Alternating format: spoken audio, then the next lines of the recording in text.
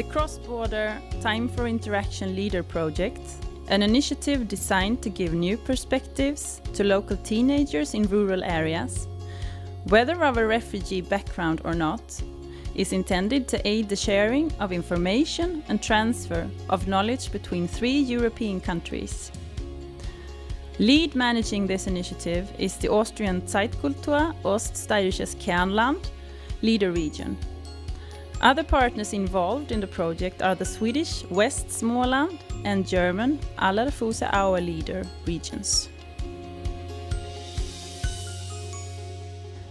Rural development is basically about increasing the attractiveness of the countryside. We want people to stay here, independent of background, culture, religion. And newcomers in Sweden need to be introduced to the countryside because at the beginning they are mainly coming in contact with big cities. That's why it is important to start such projects as Time for Interaction. Yes, and one of the most important things in this kind of projects are the people living local on the small towns and small cities. They have the knowledge, they know how to behave, they know everything about the place, and they can teach every newcomer how things work. Today I'm here as a politician representing Gnosjö municipality. When you see me, the rest of the time, I'm just Maria. Last day of June, we were 10,053,061 persons in Sweden. About 1,700,000 people of those were born in another country. Right. I have the honor of participating in this conference, Time for Interaction.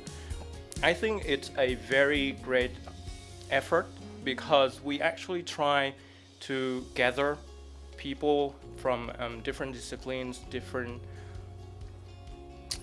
organizations to discuss and to learn from each other about how to integrate immigrants into the whole society.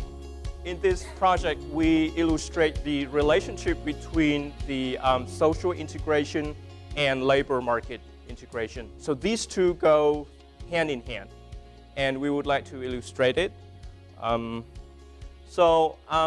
Our study consists of 4 cases of ventures started by immigrants from 4 different countries of origin. We have 2 cases from Mexico, 1 case from Cameroon, and then 1 case from Lebanon and Syria. Now, it's a great challenge for us to do that if we do it alone. However, if we gather like this and we make a collective effort to solve this problem, I believe that we can find a solution for this problem.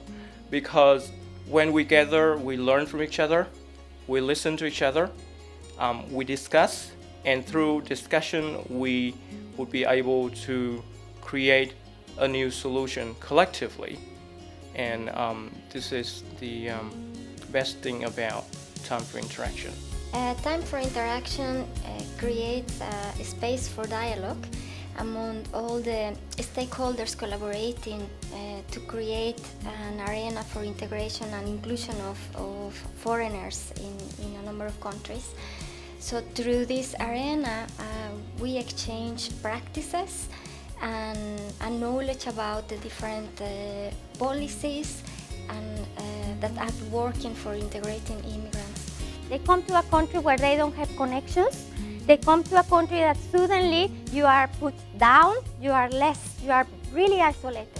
And that motivates individuals in a positive manner to do something about that situation by taking the decision to start a company.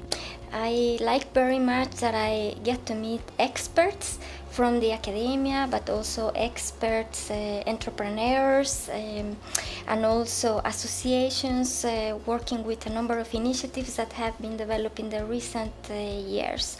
So it gives us really an updated knowledge on the practices that are really changing the way we perceive immigrants and the way we work with immigrants. local employees should consider hiring immigrants because they get new ideas in their company, they get maybe a new way to find solutions, and this is what they will have to do in the future because the labor market is changing and everything, the world is changing, so you have to get new ideas. In Germany there are a lot of companies that already do hiring immigrants, most of them, because we have, in some areas, we have an immigration population over 50%. And in some areas, the companies have to hire immigrated employees because they can't find German people to fill in, or skilled people to fill in their open spaces. In Germany, there are basically two ways into a profession. Studying at the university is one way, or undergoing a vocational training. To run your own business is not usual or not common in Germany for young people as well. But there are about 330 state-recognized professions, and you can learn them in the so-called two-track system. I'm the representative of volunteers, and we are working on entrepreneurship also, trying to get people into jobs. And here I get lots of impulses, and I'm already looking forward to the time after lunch when we will be talking about marketplace. And so I think we will be able to take lots home. Yes, I'm working for the administration of a municipality, and I think the benefit for this time for interaction is to learn from each other and to find out if the problems are common or what are the differences between our countries. And if we specify a good solution, we can try to transfer it to Germany. And our volunteers are side by side. So our job is to set the frame for it and to explain the legal frame, and the volunteers have to try to do the best for it. Well, local employers should consider hiring immigrants because of two reasons.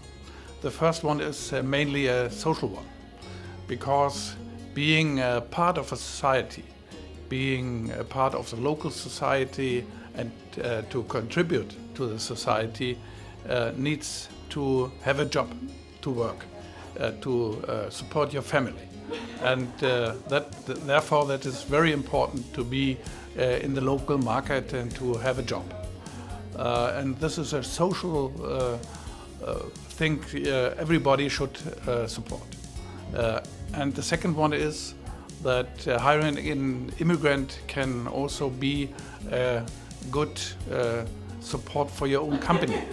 It gives you new ideas, as it gives you new cultural pushes to improve your own business. So that's the second reason to give immigrants a chance in the local job market and to hire immigrants for the business.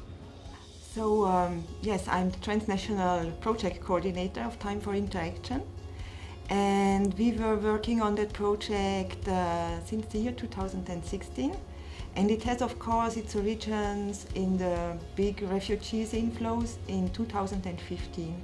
So I'm having a small company. I'm working for many years for the leader region in Eastern Styria.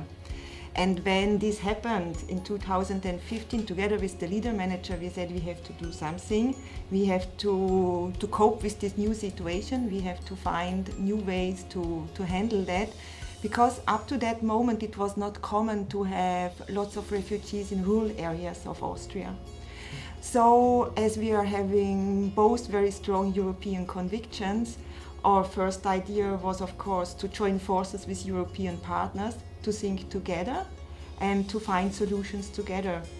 And at the same time, there was also a new program approved in Austria, Leader Transnational. So it exists for quite a long time, but it needs to be reapproved every funding period.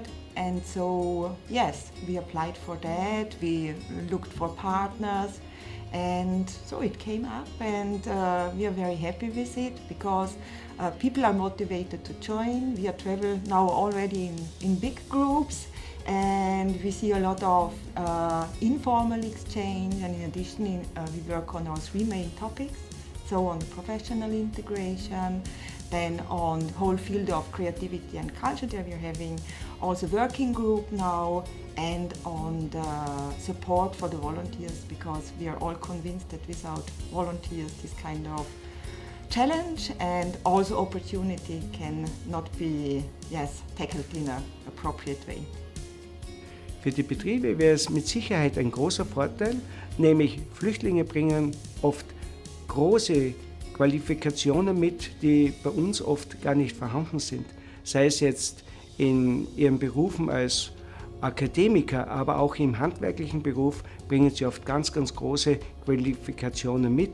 Und das wäre für jeden Betrieb ein großer Vorteil. Sie brauchen die Ausbildung nicht bezahlen, das wäre alles schon inbegriffen.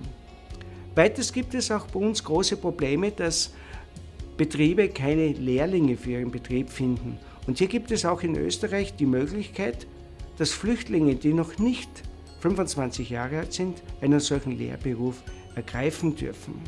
Das sind zum Beispiel alle im Tourismusbereich, als Bäcker, als Kochs und so weiter. Also hier gäbe es die Möglichkeit, dass solche junge Flüchtlinge bei uns auch einen Beruf erlernen können, und da hätte auch der Betrieb den Vorteil. Und als weiteres muss ich auch noch sagen, es gibt in Österreich auch die Möglichkeit, wenn Sie Flüchtlinge aufnehmen, dass 6 Monate lang das Arbeitsmarktservice die Hälfte der Gesamtkosten übernehmen, nämlich vom Gehalt und auch die Nebenkosten, die auch eine sehr große Ersparnis für jeden Betrieb wären. Und was vielleicht überhaupt nicht zu vergessen wäre, und es gibt ganz viele Arbeiten, die kein Österreicher machen möchte. Aber unsere Flüchtlinge würden diese Arbeiten ganz gerne verrichten. Und ich glaube, somit zu sehen, es wäre für jeden Betrieb ein großer Vorteil, wenn er hier Flüchtlinge anstellen könnte.